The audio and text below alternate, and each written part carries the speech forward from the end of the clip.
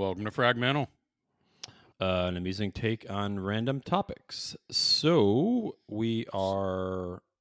What are we doing? We are still in COVID. Yeah, I mean, so here's kind of what we were thinking. We've spent the last several episodes talking about COVID, what's going on during COVID. So we thought, let's talk about something we liked before COVID that we can't do anymore.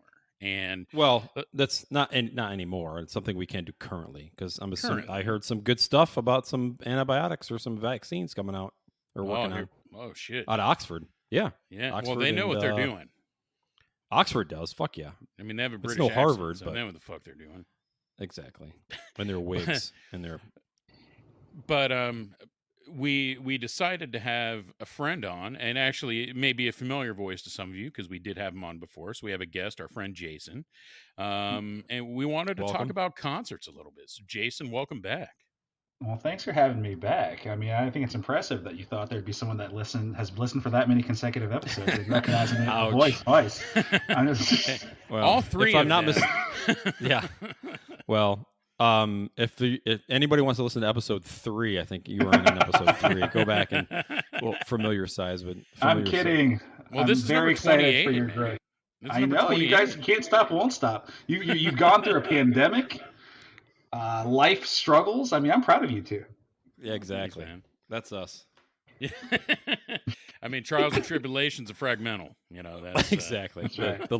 the life and times of Fragmental. You're right. I mean, we're a year away from a book, so I mean, yeah, and those movie rights. You're right. Yeah, we got to Is this start like getting the- some is it- NDAs but it- together. Is it gonna be like The Blind Side, but for podcasts? Exactly. Dave, Why the Blind Side though? Who plays fucking So I would say Sandra Bullock? You adopted. Well, I don't know. I was gonna let you two figure I out. was gonna say, Who's Dave, you adopted a large Jew named Mike, and with a golden voice. That Look at this. This shit is writing itself right now. I know. It's true. I mean, I don't know who doesn't want to hear that or see it. See, Well, they wouldn't want to see me, clearly, but Yeah. I think that's where we got to go. First, when your 1 year anniversary of Fragmental, you guys got to do a video pod, where you got to cut like a dual stream there, where people can actually see. We passed the 1 year. we're coming up on. Oh 2, shit! man. Really? Yeah. We're coming up on Holy 2. balls! Yeah. So this is Well, my when you this is my annual visit. When you do an episode every fucking 3 to 9 weeks, the time goes by pretty quick. 3 I to am 9. your I'm your podcast OBGYN. Yikes. We're here. Yeah, we tried to clean it up before you got here, so We're sorry about that. yeah, there's just some beasts you can't tame. So Exactly. Mike likes to leave a little bit of stubble down there. I don't know why, but he does. hey, like I said, I like to leave a little burn. Just Well, you favor the trapezoid, right? yeah, I mean, I'm a fan. I like a little bit. I'm not full on 70s, but I do like a little bit. Yeah. Yeah, sure. Or the Abraham Lincoln, like a big strip up top with a little bit of frizz at bottom. Yeah, Wow. With since a we're hat. talking You got it. Since we're talking about concerts, I'm a big fan of the Harriet. Oh wait, episode 8. If you want a familiar voice, I went back and looked. It's episode 8. Well, there we go. There we go. I'm glad to be 2 back. 2 Thank and 1 you make for 3. March 1st, 2019. Holy crap. That was a good All right. episode, man. That was a good episode. Thanks, man. You're Well, I'm an glad to effort, be man. back. I appreciate the invite. Yeah, no Oh, problem. always We- happy we to- hear when Mike and I were talking about what to talk about next. We said concerts. We were talking about concerts, and he's like, "Oh, you got to get Jason on because that dude's been to like 1,000 different concerts of all different styles and types." Is that true? I literally think that I have got to be beyond the 1,000. It's safe to say it's 1,000. The That's first show awesome. I ever went to, and I know we're going to get into some of this later, but the first show I ever went to, I was 15 years old. So I'm well into 2 decades worth of shows. And there was a period of time in my life I was going to 3 or 4 shows a week. That was like my main hobby, man. So Like actual concerts or just like live shows? actual concerts, man. I'd be going to the various local venues around town, bopping around. I still haven't completed the perfect week. The most concerts I've ever seen in a row is 6 days straight. Oh, wow. I never got through the seventh one. It was just I can only blame the fine schedulers here in Columbus, Ohio, for not scheduling a seventh show. I was willing to go to anything. Like you could have had like some crazy ass. And I know a lot of people love Yo-Yo Ma, but I would have gone to Yo-Yo Ma. Listen, that sweet Diggeradoo. I know it's not Diggeradoo. But it's yeah. Is man, is that just like an Asian thing that you just gotta help each other out? Well, again, I would have gone anyways, but if it was for Asian Pride, I'd totally be down. But I mean, unfortunately, there wasn't even like a Willie Phoenix show going on. I mean, Willie's playing all the time. I could have. That's a great call. I probably could have gone to a more local or indie show. I just tapped out. So maybe I can only blame myself. Maybe I'm just deflecting at this point. So have you ever been to Willie Phoenix? Honestly, I cannot say I've been to a. The only reason I said that Willie's been. That sounds like a real sexy time, though, Mike. Well, he's been playing for years. My dad used to manage him, but he's got a little bit of a following here in Columbus. He's talented as hell. He had a record deal back in the '80s, but he's still around. I have some friends who go to a lot of local, bands and whatever, and he's one of the ones they frequent. Willie Phoenix actually just even recorded and distributed music last year. I just typed in Willie Phoenix into the old Google machine, and it says that Willie Phoenix doing work. He published something last year, August 10th. Willie Phoenix not fade away. Willie Phoenix, is he like 80? No, I mean he's probably. It just sounds like somebody from the 60s. He's probably he might be in his 60s now. Okay. But yeah, talented as shit. But I digress. So, man. Yeah, let's get off of Willie Phoenix. Going at it for 20 years, man. That's awesome. Thanks, man. That's it's been a lot of work, a passion project. Just a little. Yeah. So his book on concerts comes out in 3 weeks. So for listeners, that would be sweet.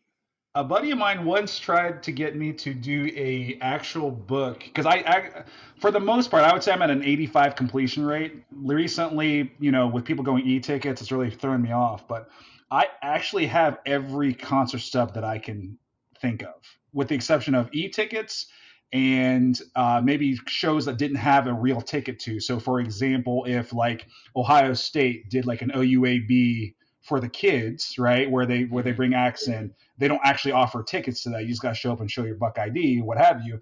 But I do have I have binders full of ticket stubs downstairs in my basement. That is awesome. So I can literally go through the chronology of my shows.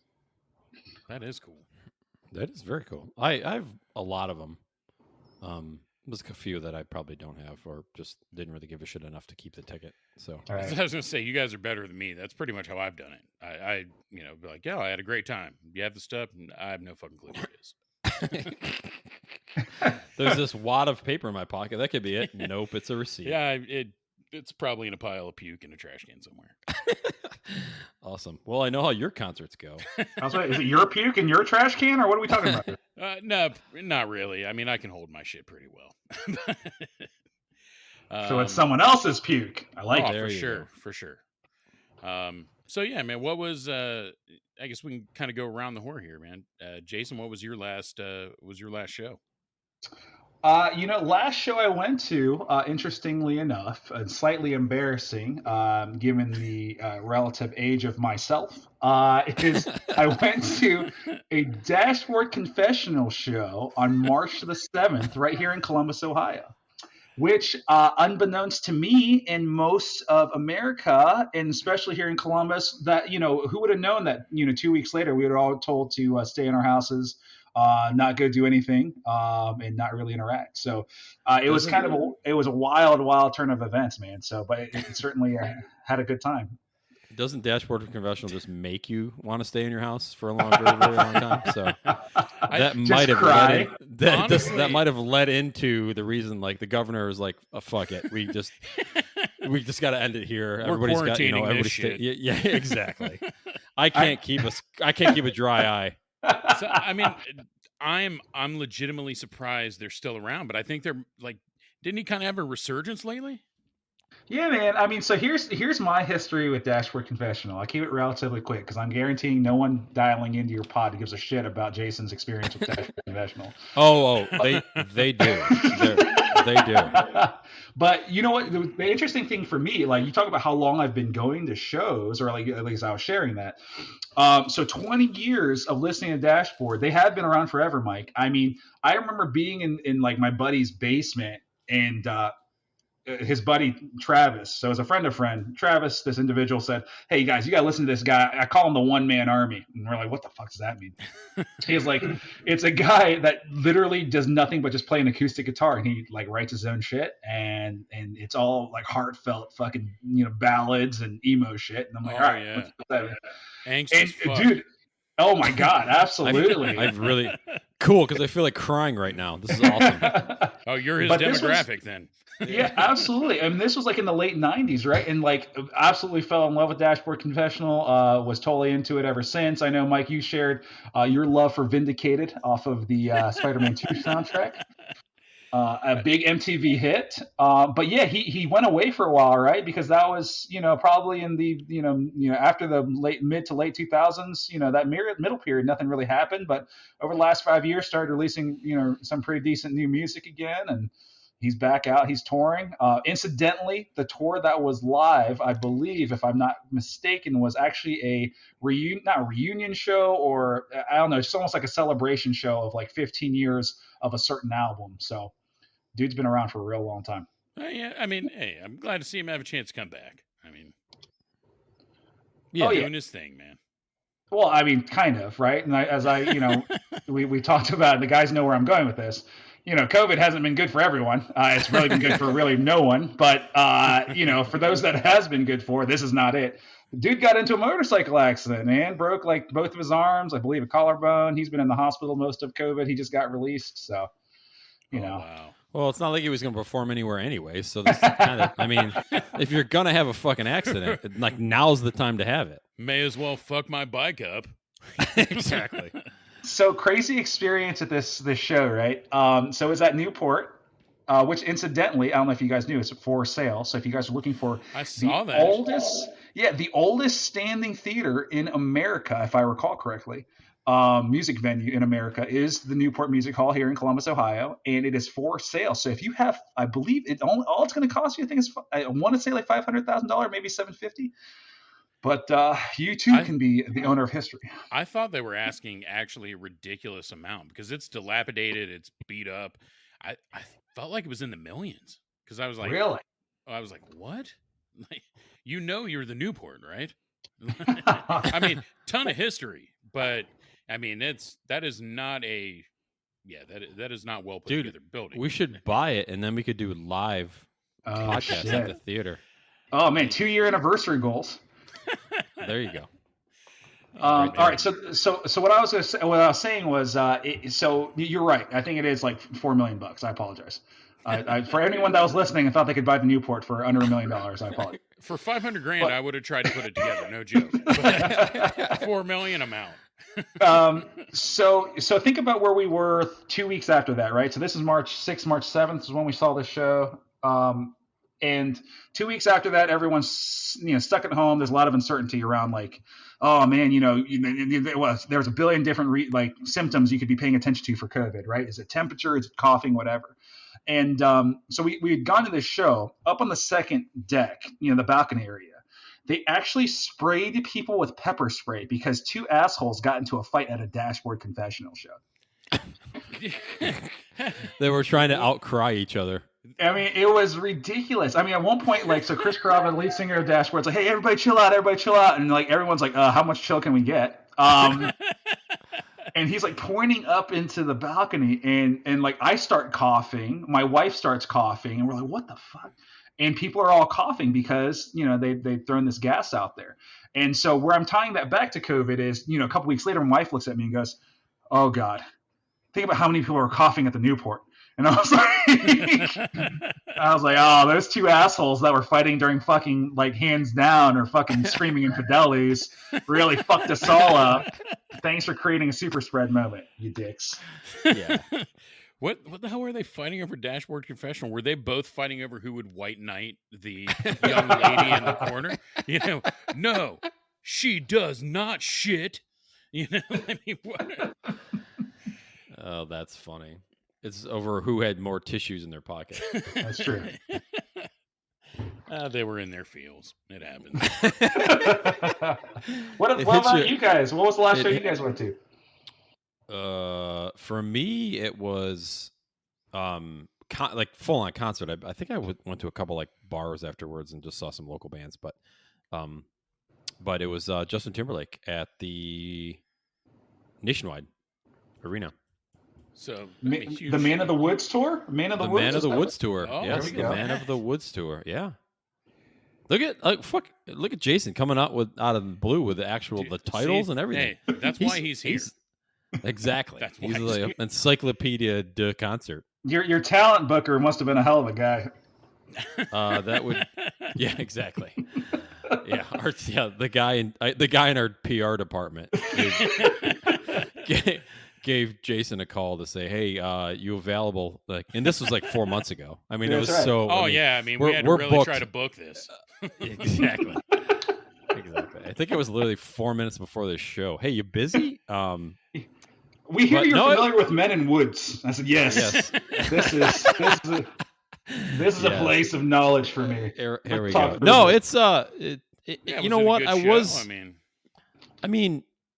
went with my wife and like all of her friends. So it was just all of her friends and one of their husbands. So but they're like huge fans, and they said afterwards, like the last time they saw him, they thought it was better last time.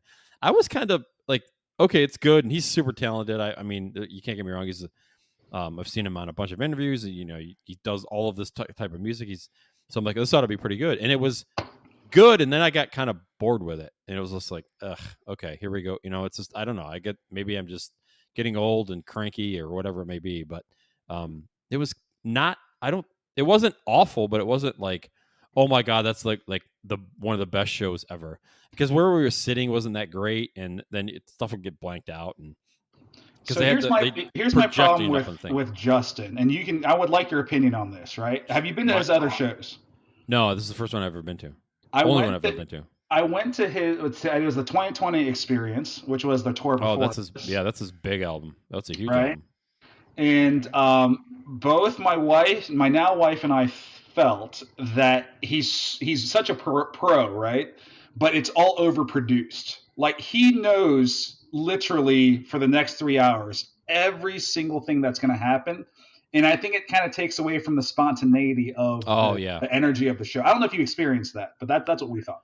That's a good call out, because everything, I mean, obviously because of the dance moves and stuff, it's choreographed, but to your point, it's like everything happened at the moment that it was supposed to happen. You know what I mean? It's like there wasn't that like he pulled somebody randomly out of the crowd to do something. You know what I mean? It was correct. All like boom, boom, boom, boom, boom. That's probably good. I think that's a solid description. I would picture that's what probably most major pop shows are like, right? Because like if it's a rock band and you got a solid guitar player, he may just riff one off and he's feeling the groove, so they let him go for 5 minutes. You know what I mean? Like that's not happening at a JT concert. No, yeah. I mean, I would agree with that. That's probably a good explanation of what was going on. I mean, it wasn't. I mean, there was a couple of songs. I mean, I liked the 2020 album, so some songs on there that like, oh, this is cool, and they did a great job with them. And I don't listen to them regularly, so I didn't know some of the newer stuff. But it's okay to admit to listen to him regularly. This is your pod. Hey, there's a lot of stuff I've admitted to. There's a lot of stuff I've admitted to on this podcast that I probably wouldn't say in person, and I'm literally like distancing myself from Justin Timberlake. So, no, it's seriously, I don't know a lot of his newer stuff. But Mirrors doesn't do it for you. Oh, Mirrors is a great song. That's off the 2020 album, though. I have the 2020 album. That's probably my favorite Justin Timberlake song. Yeah. Wow. I'll go that. I mean, I don't. It's not like I'm an avid listener, but that's one. Look, I can. Oh no! Come on, come on, Mike. Free yourself on the podcast. I can't on Justin Timberlake, unfortunately. Okay. We've just now turned Fragmental into a Justin Timberlake fan podcast. Fan podcast. I mean, I'm going to rename this. Yeah, I have no shame. We're going to rename this the JT episode. So right. I will give props to his wife, though. Jesus, Jessica Biel. Oh yeah. Oh, you like it? Oh, Jessica bit. Biel, absolutely. A little bit. She's put together. You lukewarm and on her, fun. or- Yeah, you got a all problem right, with it? this is gonna sound terrible, but her shoulders scare me. That's all. That's all I'm saying. I'm glad So she's a her physically fit shoulders? woman. But is that like more like because they're broad, or because they're like because she was never I feel like she's lost too much weight over the years. Really, I feel like she could bench press me right now with no You questions think? asked. Okay, all right. Like because when she was in the Chuck and Larry movie, Adam Sandler, I was feeling it. Wasn't she And I on that still- Seventh Heaven show with that molester? Yeah, I think so. Oh, I didn't watch it, but I do think you are correct. First, you're going to deny your love for Justin Timberlake. Now you're going to deny your love for Seventh Heaven. Come on, Mike. Was she in Seventh Heaven? I don't mean, know. it was Wasn't there one like a of family those. show on like fucking WB or some That's shit? what- yeah, wasn't it like Seventh Heaven, something tree or other? One Tree Hill? No, Yeah. that's a U2 song. Okay, then not that. But and Dawson's Creek, like I didn't watch any of them, but weren't those like It the was big- Seventh Heaven. Jessica Biel was God. Mary Camden, the second oldest child in the family drama Seventh Heaven. I feel like Dashboard Confessional would have got quite a bit of airplay on that show. Oh my God, that would have been the fucking soundtrack of life on that show. Oh man.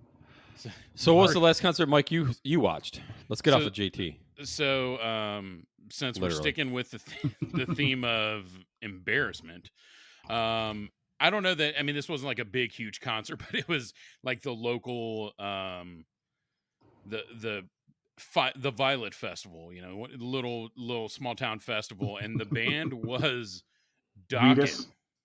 Dokken. Oh Dokken. shit! Wait, they came to Pickerington? Yeah, last summer. Shut up! It was. You know what? Dokken. Hey man, I'll still give them credit, man. Those guys they still try. With So- with the original, like Don Dokken and George Lynch, and I mean the full I don't know if it original. was the full. I don't know if it was the full original, but definitely lead singer. At least 2 or 3 of them. I don't think Okay. it was just one of those where it's like one guy still in the band, so they call it whatever. Yeah, because he was smart enough to like trademark the rights to his own Yeah. the name by himself. Yeah, But you know what? I mean, a little for alone coming to again. su- You yeah, lo- for- go ahead. no, alone again. That was like That one was of their their big big one? songs. I mean, Yeah. look, for coming to a small town, I give them credit, man. I mean, they could still play. The year before that, it was Soul Asylum, who I used to like back in the 90s, and they were awful when they came here 2 years ago. Really? Oh, man, it was awful. And I'm like, man, actually, who was the band that played before them? Believe it or not, they had an opener at the Violet Festival. Yes.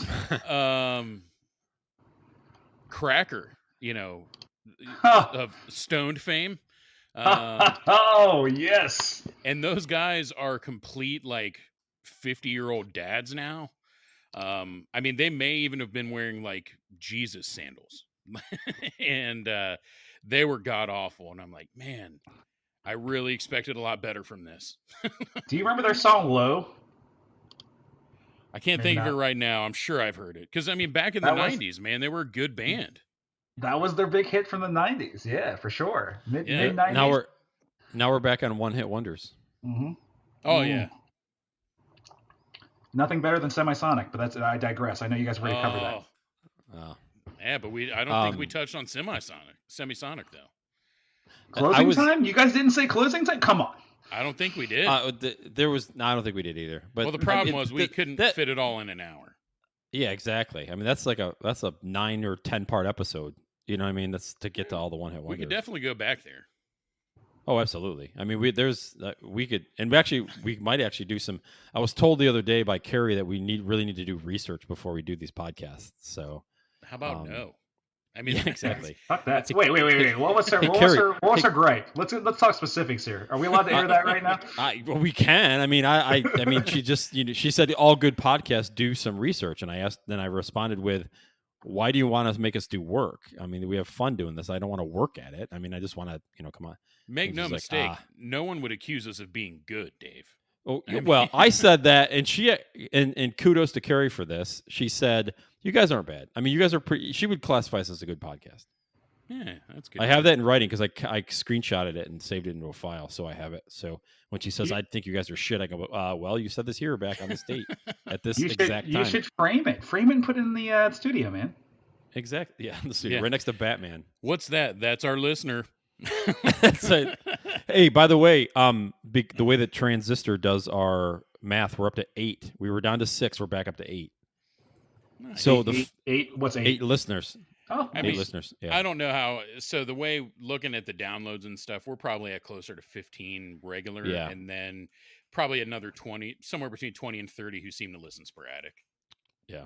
But what I've noticed is it measures it within the first 30 days, like the first 24 to 72 hours, and the next first 30 days. If we crank out more of these faster, the number goes up. I think their fucking algorithm is off or something like that. So you know what would be a really big pull for you guys to really give your pod a boost? what's Yeah, that? what's that? Is a guest appearance from Dokken. You know what? No, we should interview Dashboard Confessional. Oh well, I mean he's got nothing but time on his hands right now. Exactly. Would he feel Actually, when I speaking vindicated? of Dokken, what's that? I said, would he feel vindicated?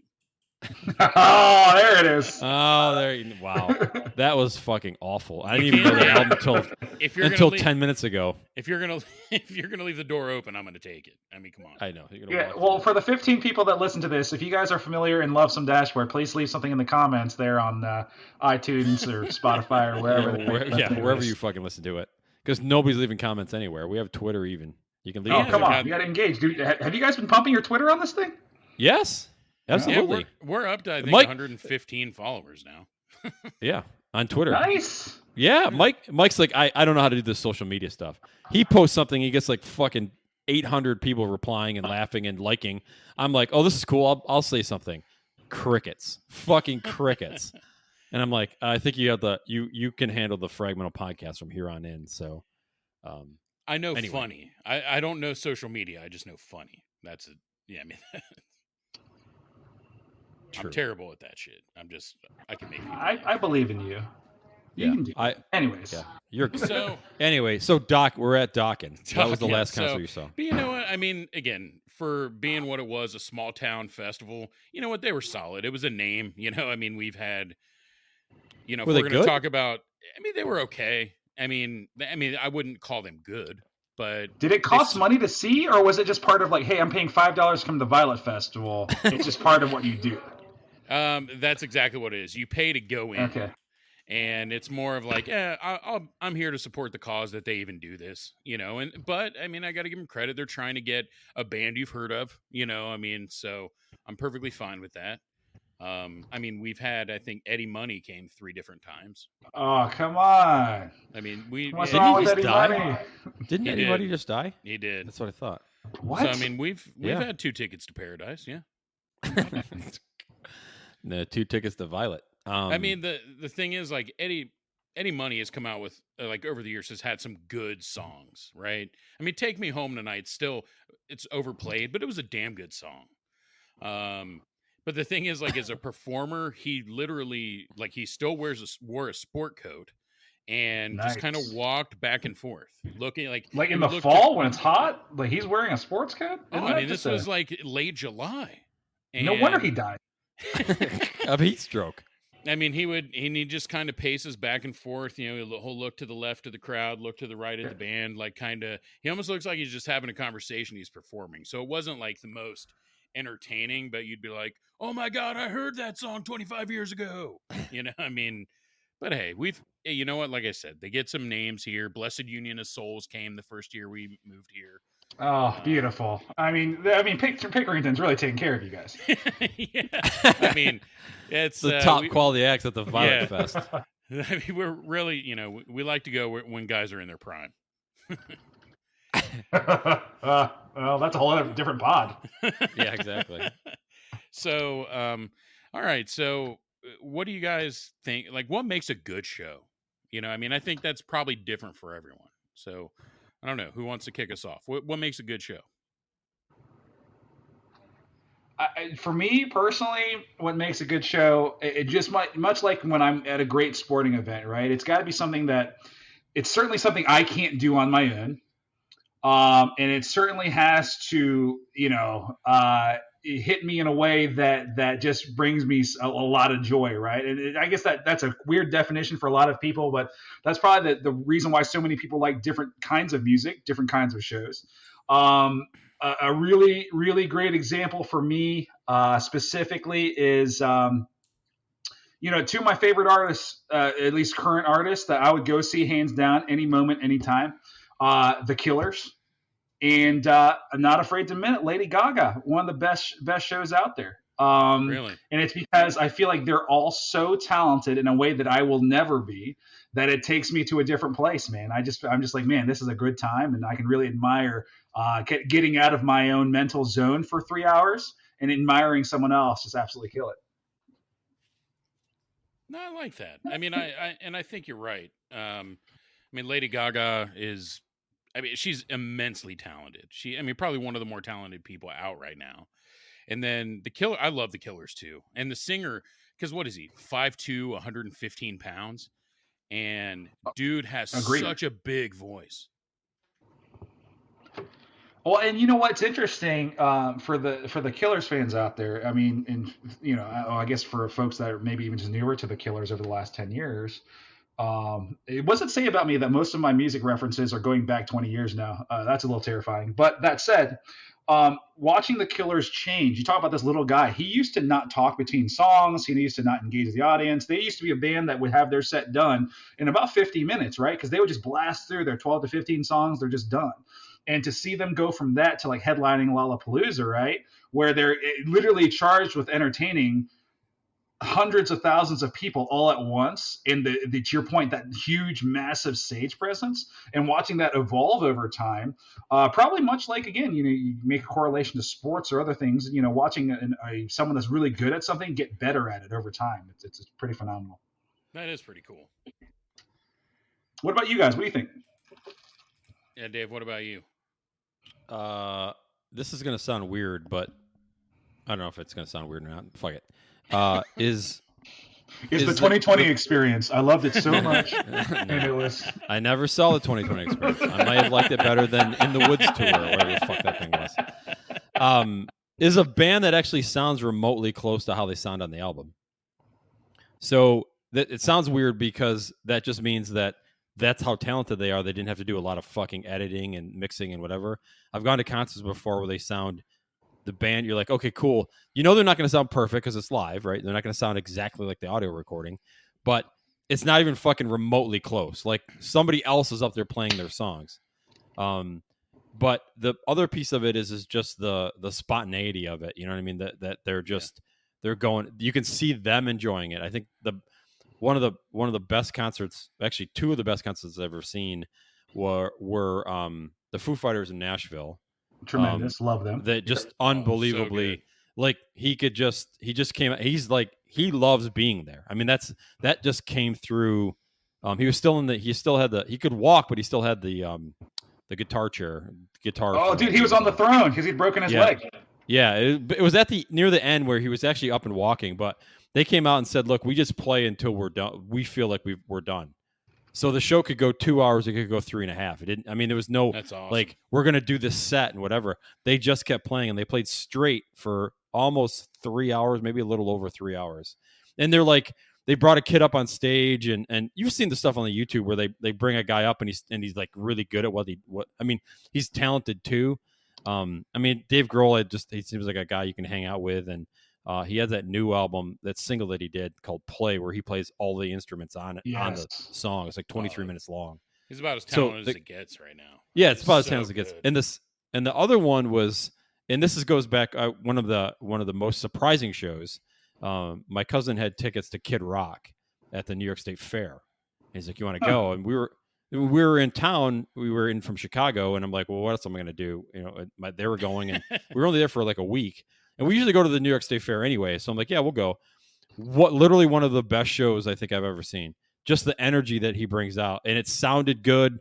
He just, one girl was holding up a sign, and he started to read it, and he stopped and started chuckling. He's like, I can't say that, there are kids here. You know what I mean? So it was just, so it's just, it was a really good show, and he's an entertainer. You know, you felt entertained, and he gave everything that he had with the show. So it's kind of that's where I mean, there's a spontaneity to it. Like, I mean, that's why we're going back to the Timberlake thing. That's why I think it was Jason. To your point, it was it's so choreographed, it's so set that there's no spontaneity to it. Everything has its place and whatever. And you go to like a Foo Fighters or even that Kid Rock concert I went to, it's just they're just going. You know what I mean? It's like they feel like playing this song. I'm sure they have somewhat of a set. They kind of have to, but he'll stop and he'll I'm talking to the crowd and then he'll go off and he'll start playing something different. And I love the Foo Fighters. The band itself is just cool. Oh yeah. The whole thing that he did. You saw the Rick Astley thing on YouTube, right? I mean, where he invited Rick Astley onto the stage. No, did he Rickroll? Did he Rickroll an entire? No, seriously. So I think I've said this on a different podcast. Is they're at some festival in London or England or wherever they are, and they're playing "Never Gonna Give You Up" as a warm up song, and Rick Astley walks by their fucking tent or their whatever, and they pull him up on stage and they play "Never Gonna Give You Up" with him singing it. When you get a moment, go out to YouTube and watch it. It's awesome. I mean, the dude can still sing. Oh, dude, yeah, it's got a great voice. But are we talking about Dave Grohl or Rick Astley? Rick Astley. Grohl's got a good. Grohl's got a decent voice. It's not. I mean, super powerful or anything like that. But he's got a good voice for. But that's that spontaneity. If he had ran into Rick Astley in Nashville, he probably would have invited him up on stage to play. You know what I mean? It's that type of. You're gonna get something that you didn't expect you were gonna get. I guess is the way. I guess that's that piece of it. I like that. Yeah, I mean, and I've heard the same thing about Kid Rock. I've never been to a show, but I've heard, like you said, the energy is so good. You're going to have a good time at the show. Even if you're not a fan of his music, you're going to have a good time, is what I've heard. And I mean, I like Kid Rock. I'm not like a massive fan, but he's got a couple good songs that I really like to listen to. But he went into other things. But his energy on stage, I mean, you can't not like it. You just absorb it. I mean, you just can't not. I mean, he's just giving everything he's got. So. Anyway, now, what about you, do you recall real quick on that Foo Fighters thing, Dave? Do you remember who the opener was for that? Did you guys get there in time for the opener? Gary Clark Jr. Oh, how'd you feel about that? I loved it. He's amazing. Gary Clark Jr. is awesome. And I saw him on what was the album that they did a HBO thing on it too, where he interviewed they went to different towns and then interviewed musicians in the town, but the interview notes are the lyrics and the songs. Okay. The hell's the name of this? What's the name that came in the album? But they were in Nashville and he interviewed Gary Clark Jr. So I had kind of knew who he was going into they said with Gary Clark Jr. and he got up on stage and that guy's awesome. I mean, he's just an amazing guitarist. Right? Yeah, just super talented. The funny thing about go ahead. No, go ahead. No, I was going to say, I was lucky enough to see him twice. I've seen him twice in my life. I've seen him at Lollapalooza both times, 2015 and 2019. And for a guy just to be, again, it gets back to that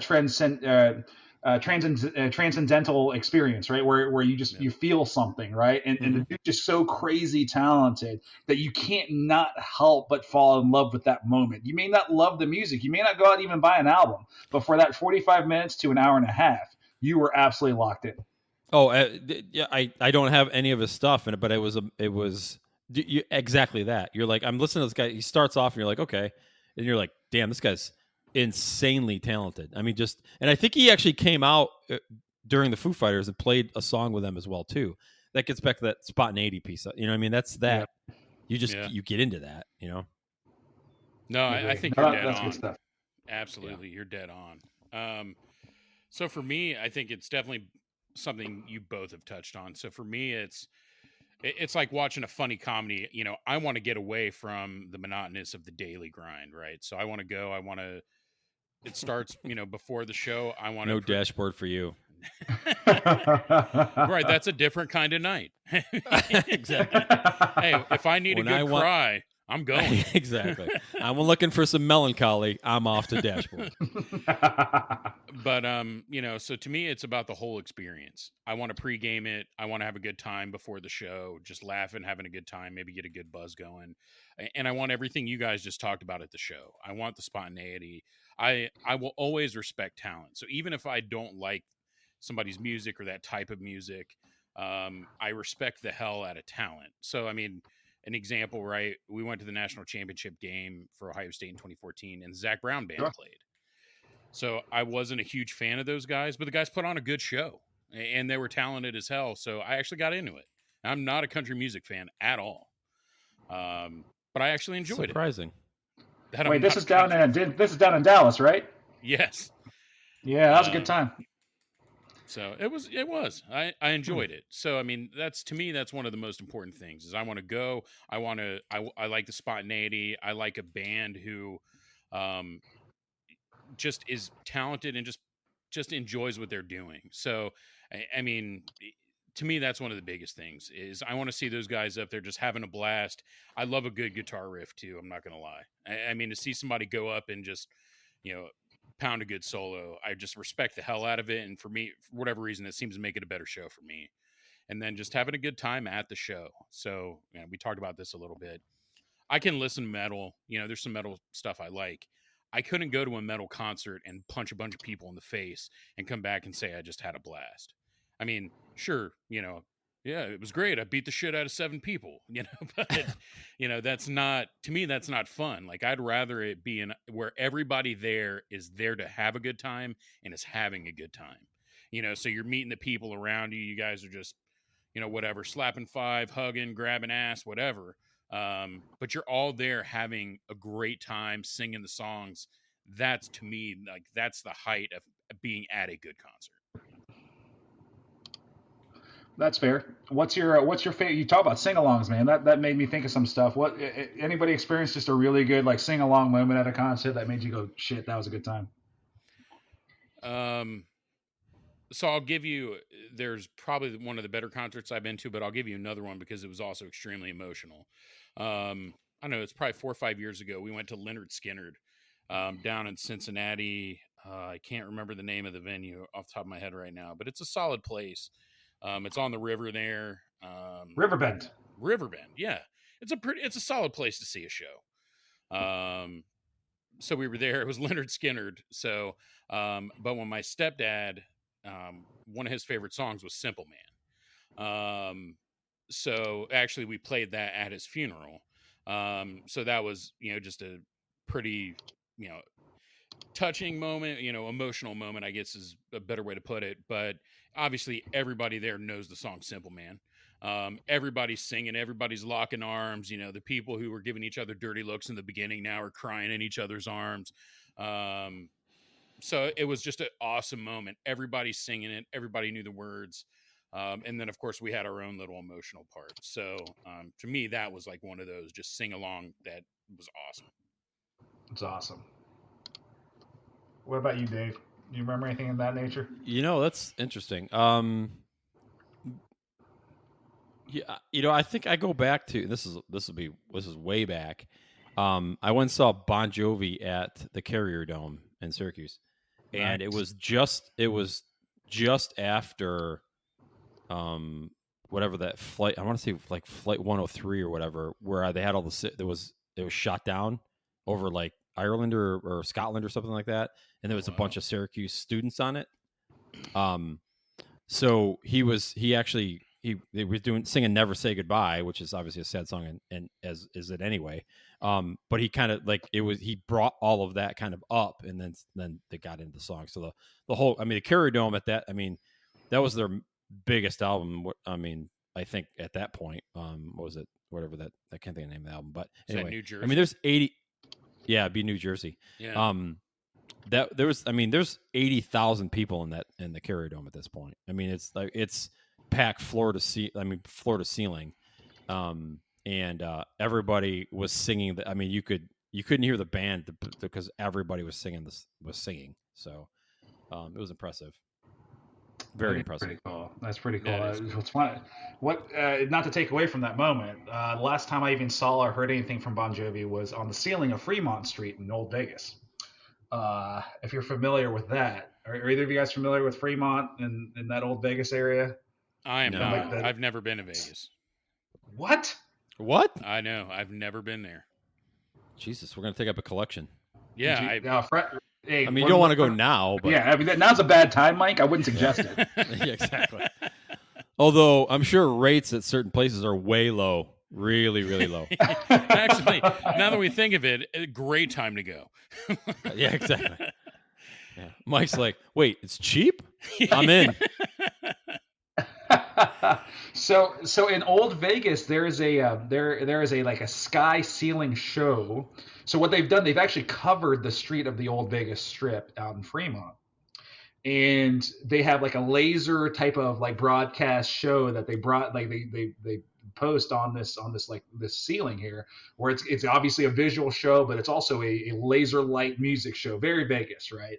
Yeah. And it happens pretty much on the hour from say 10 p.m. on until people just dissipate and finish and just go about their merry way. But for the longest time, it was John Bon Jovi and a medley of Bon Jovi songs, in which they put visuals too. There was a concert footage, all kinds of stuff, man. So living on a prayer indeed. Well, I mean, you can't sing that song and not have the whole damn audience going. I mean, Yeah, seriously. I mean, they play that at bars when people get involved. I mean, it just isn't. I mean, it's not even. Yeah, absolutely. No, I mean, Sure. but even like Gen Z kids who, right? I mean, Bon Jovi was finished really, being in their prime before those kids were even born, and those guys rock out to that song. Fair. I mean, think about it. Richie Sambora is one of the luckiest men of all time. Oh yeah, he's done Period. okay for himself. Oh my God, Yeah. that was a hell of a run he had. Yeah. Hey, who do you have? Locklear and then who? Well, I mean, do you need more? I mean, the woman looked like Well, she was, yeah, there was somebody. she was- There was actually somebody after Locklear that was pretty. I think it was somebody before her too. I mean, the guy's Yeah. done. I mean, you're right. I mean, Heather Locklear And now was he's- the holy grail for multiple Yeah, decades. at I that mean, point. you think about someone. Well, not even just that point. Think about someone that stayed in their relative prime for as long as they could stay in it. Heather Locklear did not look bad even up until like 6 years ago. I Yeah. mean, things have kind of fallen off Well, since, but there was like 30-year span where she looked the exact same. Good for her. Oh yeah. Yeah, and last time I checked, he was dating this Australian guitar player, super cute, insanely talented, like Right, or an Anthe, or something like that, or an Anthe, or yes. or- yeah, So funny yeah. story about her claim to fame. She was going to be on Michael Jackson's reunion, like kind of comeback tour. Remember he was doing that big thing down in Australia, New Zealand area, where he had like a. I'm sorry. Sure. He was doing something down Absolutely. there, but he was Yep. also going to do something at the O2 out in England. Yeah. And he had that, that was going to be his big comeback where he's going to do a series of shows. And then, of course, he died during Yeah. rehearsals for that. And that was she was the featured guitarist for his touring band. And I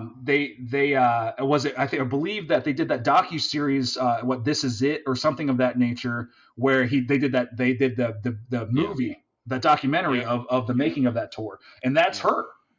Yeah. And yeah, Oh, that wow. chick's tremendous. That Oh, chick is yeah. phenomenal.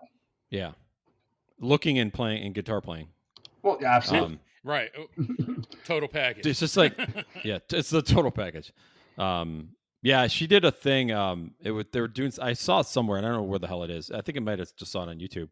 But Mary J. Blige was redoing "Stairway to Heaven," and it was like her doing the singing, and then it had like Randy Jackson on bass, and I think it's Oranthany or something like that. It's Oriente, I think. I don't know. Or- Man. yeah. It's all jacked up. It's one. Yeah. Yeah, it's all one word.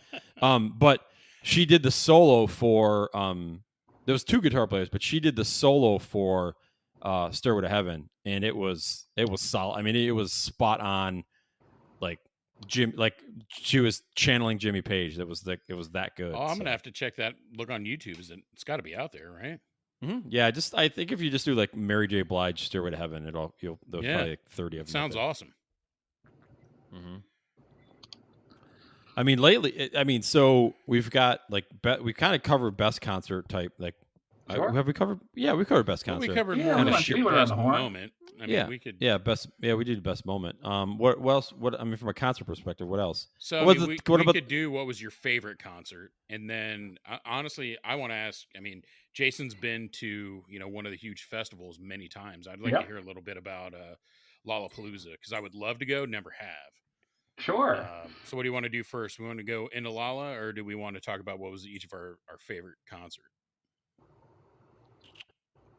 Let's just go into Lala. I mean, because I think on some of the, I think we've probably. I mean, my favorite concert so far has been Foo Fighters, and I just kind of gave the whole thing on that. So unless it's something different than we've already spoken about, then I mean, mine, yeah. I mean, mine was, but we could.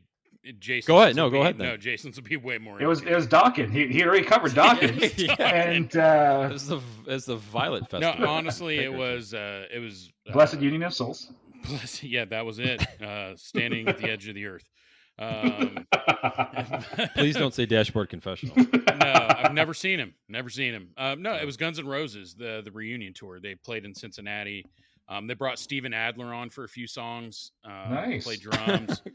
was Buckethead the guitarist for that show? Oh, fuck yeah. That was what made, honestly, Slash is what made it one of the best. It's why it was my favorite show. He was incredible. I mean, I would say probably in my lifetime, he might be my favorite guitarist. Wow. I mean, right. I mean, if I'm going to go way back in time, obviously, and then I'll start bringing in Jeff Beck and those guys. But I mean, if we're talking about from 80s on, I mean, Slash was incredible. And that's, I mean, Axl couldn't hit all the Axl notes. He still did really well. I mean, look, was he Fat Axl at this time? Yeah, he was Fat Axl. But Right. he was still... was it Fat Axl and bad plastic surgery Axl, or just Fat Axl? Well, yeah, because the bad plastic surgery was 10, 15 years ago. So the show was like 4 years ago, maybe 3. It was like Thursday. But no, I mean, Axl was still very active on stage. They played the hits, so it's not like when the old bands are like, "Here are new stuff," and you're like, "It's awful," like. It wasn't any of that. Wait, you guys have a new stuff? They played the hits.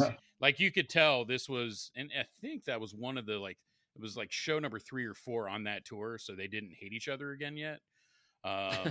Duff got up and sang an old Misfits song, Attitude, which was awesome. He got up, played lead guitar for it and sang it. And then, like I said, Slash was just, he would just go on these riffs for like 5 minutes. And it was incredible. I know, my brother and I went, and so my brother, my mom, my wife and I, and like, we're just in awe to be able to play a solo as long as he could. Like, you got to have fucking Popeye forearms, like he was just grinding, and it was awesome. And it was just one of those. So back to also the entire atmosphere was great. So I think that's also what made it that good of a show, was just, great company. The people who were around us were all having a blast, good seats, everything about it was a great show. So you're saying you admire Slash's finger dexterity? Oh, fuck yeah. Interesting. So Interesting tie into Slash. I have a buddy who lives in California. His cousin or his aunt, I don't know, I think maybe his aunt, dated Slash. So way back in like when he had his peak, like in the 80s, like late 80s, mid 80s or whatever. And he said they would go over to Slash's house and like, and he's like, I'm playing pinball and Slash has like a tiger underneath his pinball machine. So, I mean, it was, but he's like, he was a cool dude whenever and I'm like, are they still together? And he's like, no, that ended like quickly. But I know a guy that had an aunt banged by Slash. So how much tuberculosis does she have? I don't know. Maybe I did not. Maybe Slash is a true gentleman, and he raps that. You know what I mean? You don't know. That's true. Good point. He could be a true gentleman. You don't know. True. There's a private side to all these guys. Slash could be a giver. Absolutely. Look at Tommy Lee. Tommy Lee gives all the time. Yes, Very giving. He's very giving. He gives it all, driving the boat, honking the horn. Do you think What was that, the like, for every guy that she's been with since, he's just giggling and just chuckling, like, ha, been there, God, yeah. done that. Unless she's banging Ray J, I mean, where's her career going? It's funny. Oh, and by the way, I did some in the design of science, I did some research, and he did not drive the boat. He only honked the horn. Just as an FYI. Fair. Well, you had to You go look. You wouldn't want to. I mean, Mike was adamant that he drove the boat, and I'm like, I don't think he did. And he's like, oh yeah, he absolutely drove the boat. I'm like, I did some research and corrected that. Made sure that we corrected that. And it was only honking the horn. Oh Lord! Only for research, But sake, though. But he did it from the back of the boat, which is really awkward. What I didn't mention was he was sitting on the dock. Exactly. Very impressive, that one. Exactly. Yeah, I think So there no, was Mike- a comedian who said, yeah, well, mine never looked like that. Mike, I'm actually really glad because when I said Buckethead, I don't know if you're aware of this. There was a time, right, where you know how it was Axl Rose as Guns N' Roses, but really didn't have anyone else in the band. He had a guitarist. There's a gentleman literally named Buckethead. He wears a white mask, a la the Jabberwockies, and he wears a KFC bucket on his head. That's why he's called Buckethead. Oh, then hell no, he was not there. And he played the Slash part. He played all the lead. I mean, he's a tremendous guitarist. No one, I mean, I'm sure people now know, especially with the internet, what he looks like, but that was kind of the aura and mystique of the Buckethead. There's this dude with a fucking like white mask and a KFC hat, Interesting. a bucket for a hat, and he was playing some killer guitar riffs, man. So that's who Axl actually partnered with when it was kind of that goofy version of Guns N' Roses. Yeah. And he was kind of rolling solo. Okay, so I was wrong. I thought you were referring to Slash because of the top hat. Of course, I realized that once you responded, but I'm actually very happy for you because I would prefer you have the real Slash as opposed to a guy in a mask with a chicken hat. So that was part of the gift, right? That was a birthday gift, and like I've liked Guns N' Roses since I was a little kid. Yeah, I was listening to them probably at an inappropriate, too young of an age. So that was kind of the gift, is like, hey, if they're all going to be there, like, let's do this. So Right. yeah, I wouldn't have gone if it wasn't at least Axl, Slash, and Duff. Nice. Fair. Dig it. Stay tuned for stay tuned for part 2 of Concerning Concerts as we dive a little bit more into Lollapalooza.